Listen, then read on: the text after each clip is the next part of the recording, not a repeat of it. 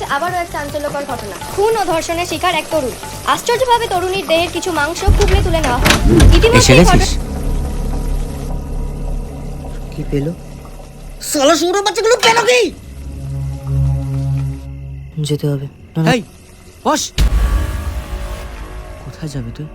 যারা অন্যায় করেছে তারা ঠিক শাস্তি পাবে, তার জন্য আইনটা নিজের হাতে তুলতে হবে না। মুখ দেখেই মনে হচ্ছে সকাল থেকে কিছু খাসনি। দেখ, তোর জন্য পছন্দের মাংস রান্না করেছি।